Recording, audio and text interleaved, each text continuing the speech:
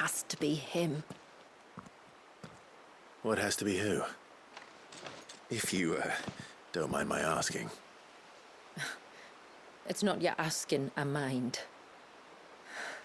It's my explaining. But I don't see any other way around it. You see, when a baby is born here, we hold a ceremony to welcome them. The rite of immersion, we call it. But I don't know whether Walyas was ever afforded that courtesy. What is abundantly clear, though, is that my ancestors never welcomed him as one of us. And I want to change that. The problem is, the ceremony requires 3 ministrators, the baby's parents and a witness. As tributary, the role of witness would normally fall to me, but being Walyas's closest living relative, I must play the role of mother. So you want me to serve as witness in your stead?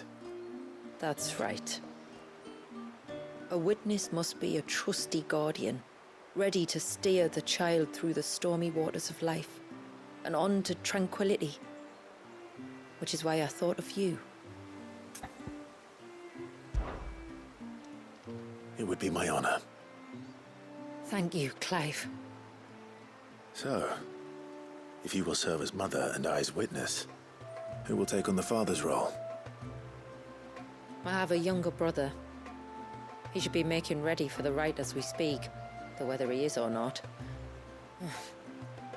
Let me introduce you. Please do. If he's anything like his sister, I'm sure we'll get on famously. I'll bid him come to the Witten Hall. Will you wait for us there? Gladly.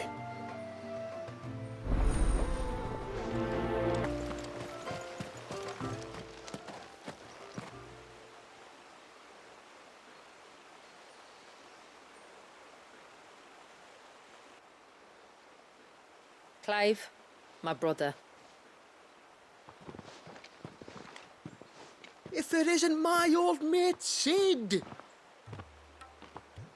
You? So you do remember me, even stripped of my cunning disguise? I'm touched. You two know each other. My friends and I crossed paths with your brother on our hunt for the dusk crystals, during which we saved his life. 3 times, was it? 3, 4, who's counting?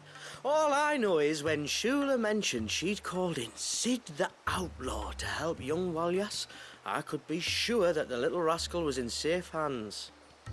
I mean, having seen you in action back at the tower, I know exactly what you're capable of. So the mercenary you met in the Sage Spire, that was Clive. And he saved your life? That's a rather different story from the one you told me. And a far likelier one at that. It would appear my family owe you twice over. Whether they admit it or not. Honestly, Fammy, would it kill you to tell the truth once in a while? What? I said sorry, didn't I? How about we save the, recriminations until after the ceremony, eh? Speaking of which, what does this ceremony involve exactly? It's simple, really. We each say a short prayer and anoint the child's head with holy water. Nothing too onerous, then? Not about the rite itself, no. But it does call for some preparation. One of the witness's responsibilities is to collect the holy water, you see.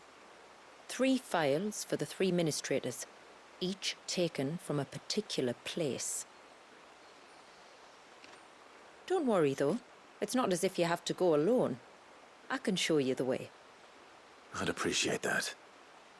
Famiel, you stay here and ready the Witten Hall. Leave it to me. If there's anything Jill and I can do to assist you. We'd be glad to help. Thank you both.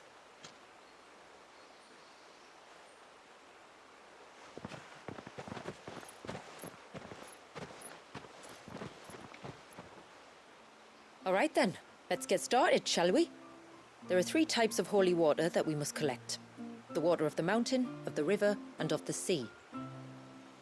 We take the water of the mountain from the spring atop Maiden's March. the water of the river from the course that flows through the ruins of River's Meet, and the water of the sea from the shallows of Tailwind Bay.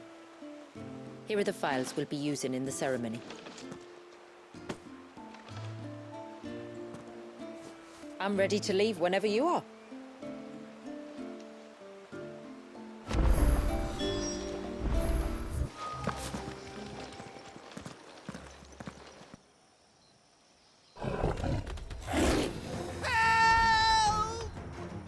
Help! What help? Nobody's coming to... Help? We're here to help.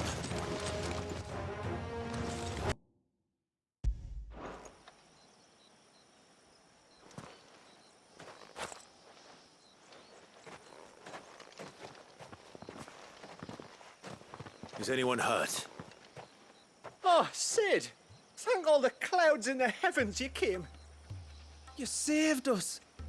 Again! Would you two care to explain what you're doing up here? The chief sent us to fetch incense for the ceremony. So the Witten Hall smells nice. For the little Ben. You mean to tell me you braved this den of deadly beasts for some tree sap? You don't have to do everything he says, you know. Or if you must, at least have the good sense to ask one of our hunters to accompany you. We're sorry. It's fine. Just go back to the village before you get yourselves into any more trouble. Right you are. Oh, and thanks and that.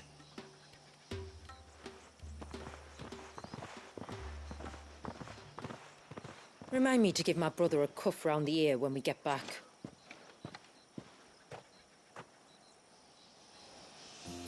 Right.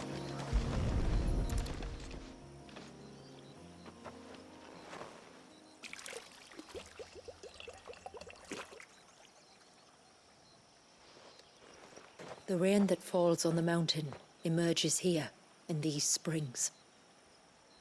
The source of the river. The source of life. Precisely. Take care not to spill it.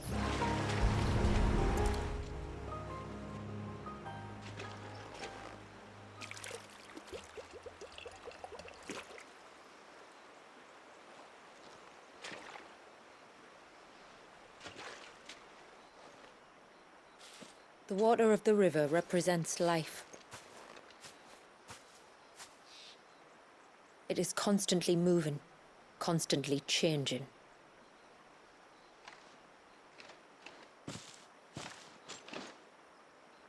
And though its course may twist and turn or branch into 1,000 separate streams, it always flows in the same direction, from source to sea, beginning to end. Like time. What of Wallius then? When your ancestors froze him, did they remove him from the River of Life? They did. Like an ice-bound pool that didn't thaw for 80 summers. But now he's free to flow again, to live. And you and I shall flow with him, for we are all but drops of water in the great river of life. I find that thought oddly reassuring. Go on. A drop of water might seem insignificant on its own, but as a part of a torrent, it can cleave a path through the hardest rock. It makes me believe we humans might just stand a chance. I believe we might. Just one more file to go then. Nearly done. Special occasion.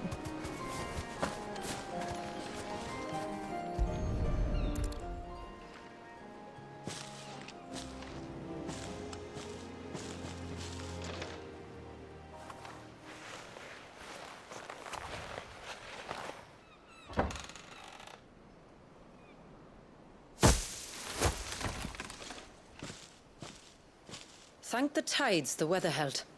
This place can be treacherous when the waves are high. If it weren't for the holy water, no one would ever come down here.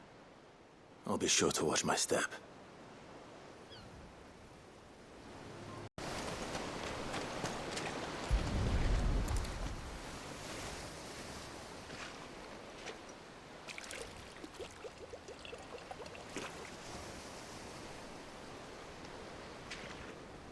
The water of the sea.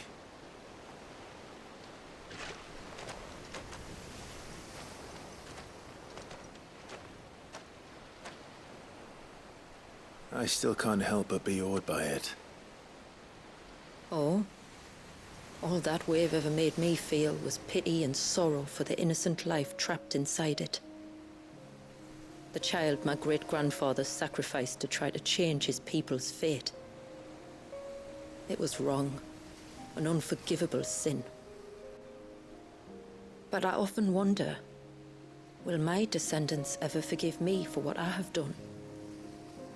As tributary, I've faced many difficult choices. And though I've always striven to do what's best for my people, here we live in poverty, hidden away from the world.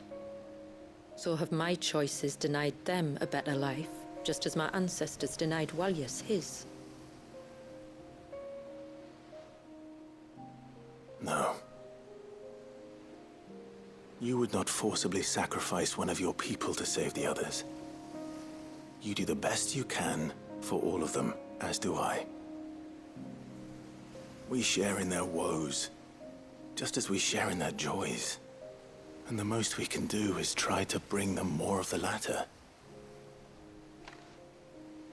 Aye, you're right. And try I shall, to bring all of my people a better tomorrow. Walyas included.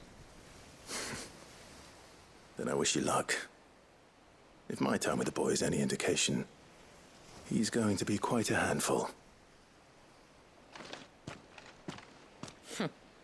Then we must start as we mean to go on, and give him the very best welcome we can. Where to next, then? Back to the village, to find out if my brother...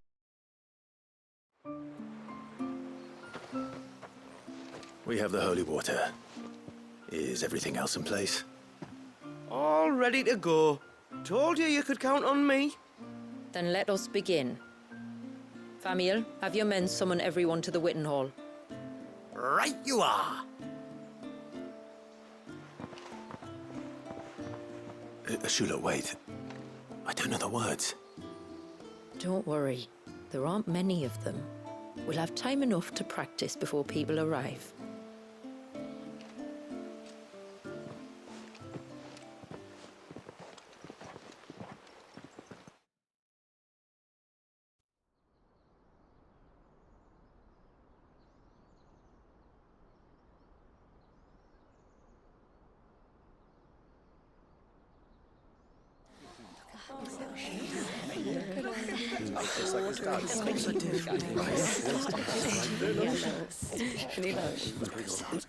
My friends, we are gathered here today to welcome this child into our community by the rite of immersion, as has been our custom since the first reign. As tributary, I would normally perform the rite with the child's parents, but Walyas's mother and father returned to the sea long ago. So I and my brother Famiel shall serve as his family, while the one who returned him to us shall bear witness in my stead. Clive, if you would step forward.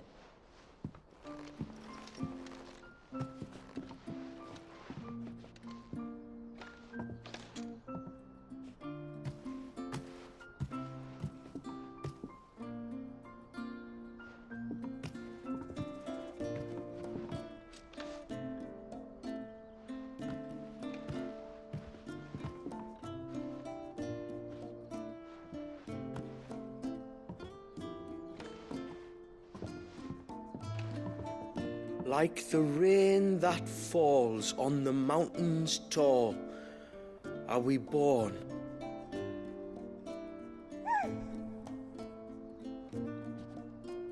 Like the river that flows through the valleys below, do we live.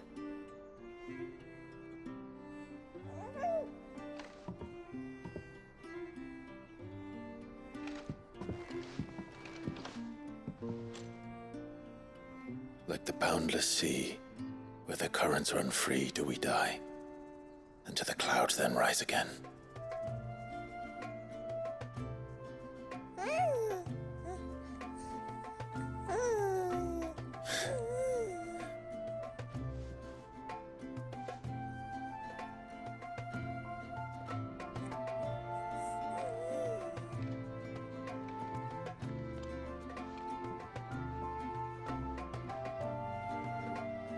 The circle of water is the circle of life, and today from the heavens falls rain anew. This child, Walyas, now joins our stream, and he shall flow with us from the mountains to the sea.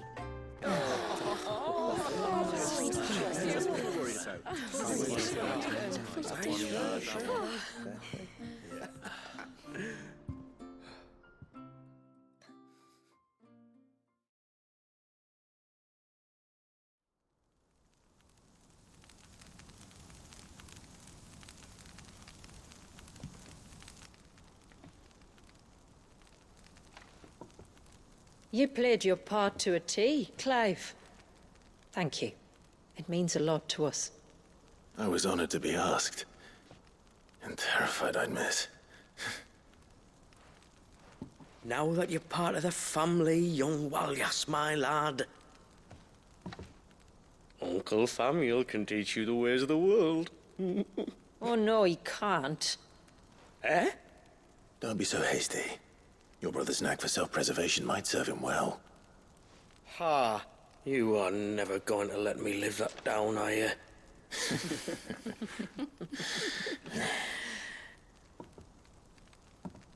I'm gonna raise Walyas as if he were my own. Teach him everything I know about life, our people, and our past. But with all the mother crystals gone, he will grow up in a world without comforts.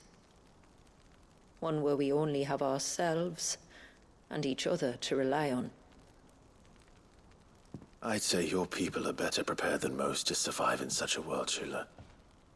To thrive, indeed, under your guidance.